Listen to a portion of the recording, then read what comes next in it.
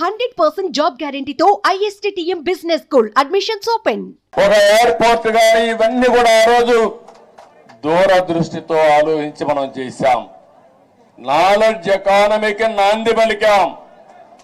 చాలా మంది knowledge economy అంటే ఎక్కడన్నారు, దానికి చిరునామాగా హైదరాబాద్ తయారు చేసిన ఘనత, ప్రారంభించిన ఘనత తెలుగుదేశం పార్టీది. అదే సమయంలో ఆ తర్వాత వచ్చిన అన్ని రాజకీయ పార్టీలను అభినందిస్తున్నా.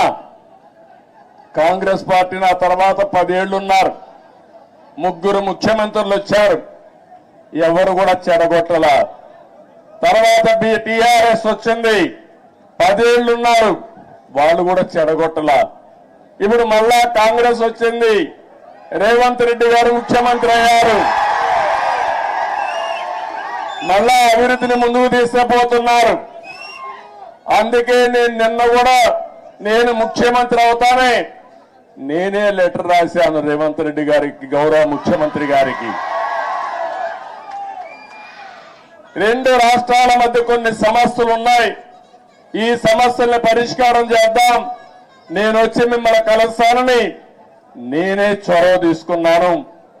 దానికి తెలంగాణ ముఖ్యమంత్రి సానుకూలంగా స్పందించారు. అందుకు ఈ సభ ద్వారా కూడా మనస్ఫూర్తిగా ధన్యవాదాలు తెలియజేస్తున్నాను. తెలుగు జాతి ఒకటి, అన్నదమ్ములు విడిపోతాం, విడిపోతే చిన్న చిన్న సమస్యలు వస్తాయి, భావోద్వేగాలు ఉంటాయి, కానీ అది శాశ్వతంగా ఉండకూడదు. ఎప్పుడైనా అన్నదమ్ములు విడిపోయినా బయట వాళ్ళు మన మీదకి వస్తే మన ఇద్దరం ఒకటేనని చెప్పి నిరూపిస్తామనా కాదా అని మిమ్మల్ని అడుగుతున్నా. ఆ ఐకమత్యం ఇక్కడ ఉండాల్సిన అవసరం ఉంది. మన జాతి ఒకటే, తెలుగు జాతి, మనం మాట్లాడే భాష ఒకటే, తెలుగు భాష. భాషను కాపాడుకోవాలి, జాతి ప్రయోజనాలు పరిరక్షించుకోవాలి, 2 రాష్ట్రాలు కూడా బాగుపడాలి, ముందుకెళ్ళాలి. అదే తెలుగుదేశం పార్టీ ధ్యేయం కూడా, అవునా కాదా మీరే ఆలోచించుకోవాల్సిన అవసరం ఉంది. ఇంకొక పక్కన మీరు ఒకసారి చూస్తే 2 రాష్ట్రాలు విడిపోయిన తర్వాత, అన్నాదమ్ములు విడిపోయిన తర్వాత ఎవరి కుంపటి వాళ్ళదే. కష్టపడితే సుఖపడతారు, ఎక్కువ సంపాదించుకుంటే ఆనందంగా ఉంటారు.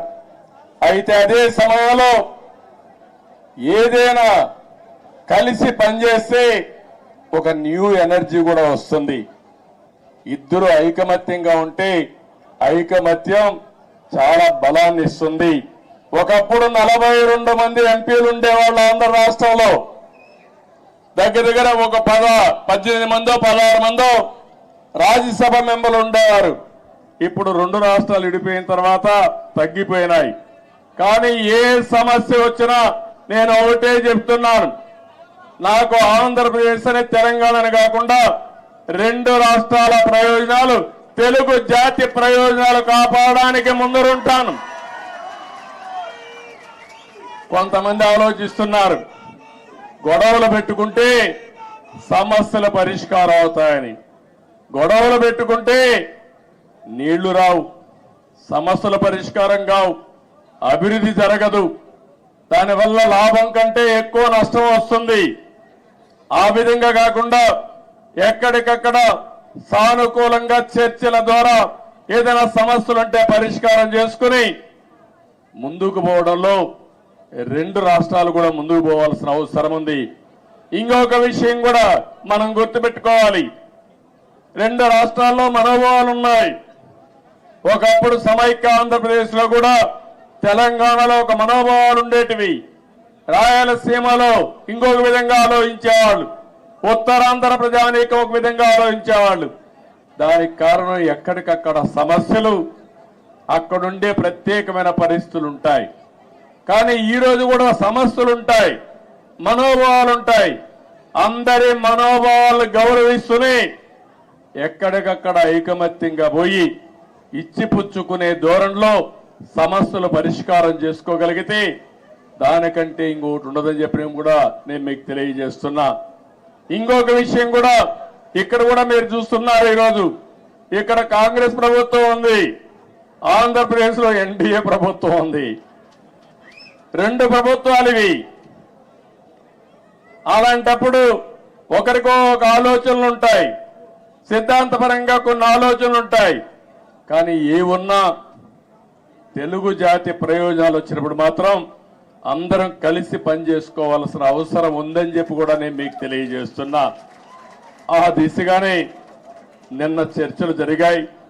ఆ చర్చలు చాలా వరకు ముందుకు తీసుకుపోతాయని కూడా నేను ఆశిస్తున్నా. కొంతమంది ఆలోచిస్తున్నారు, ఆ ఆలోచనలు మంచివి కాదు. నేను ఒకటే చెప్తున్నా, ఆ రోజు కూడా ఇన్ని జరిగితే చాలా మంది చాలా విషయాలు మాట్లాడితే నేను చేసిన అభివృద్ధిని కూడా కొంతమంది వక్రీకరించి మాట్లాడారు. కొంతమంది అన్నారు, నువ్వు మొత్తం హైదరాబాద్ నే అభివృద్ధి చేసావు కాబట్టి రాష్ట్రం విడిపోయిందని కూడా శాపనార్థాలు పెట్టిన వాళ్ళు కొంతమంది ఉన్నారు నా మీద. నేను ఒకటే ఆ రోజు చెప్పాను, ఆ రోజు కానీ ఈ రోజు కానీ ముందు ఒక ప్రాంతం అభివృద్ధి కావాలి, అది రాజధానితో ప్రారంభమవుతుంది, అది చివరికి మారుమూల ప్రాంతాలకు కూడా స్ప్రెడ్ అవుతుందని చెప్పి ఆ రోజు చెప్పా. ఆ విషయం చాలా మంది మర్చిపోయి అనేక విధాలుగా మాట్లాడే పరిస్థితికి వచ్చారు. ఈ రోజు ఒక్క ఉదాహరణ చెబుతున్నాను మీ అందరికీ. తెలంగాణ ఆంధ్రప్రదేశ్ రాష్ట్రాలు రెండు రాష్ట్రాలుగా విడిపోయాం. విడిపోయిన తర్వాత 10 సంవత్సరాల సుదీర్ఘ పరిపాలన రెండు రాష్ట్రాల్లో జరిగింది. అనేక రాజకీయ మార్పులు చేర్పులు కూడా వచ్చాయి. సుమన్ టీవీలో మీ పర్సనల్ అండ్ బిజినెస్ ప్రమోషన్స్ కోసం కింది నెంబర్కి కాంటాక్ట్ చేయండి.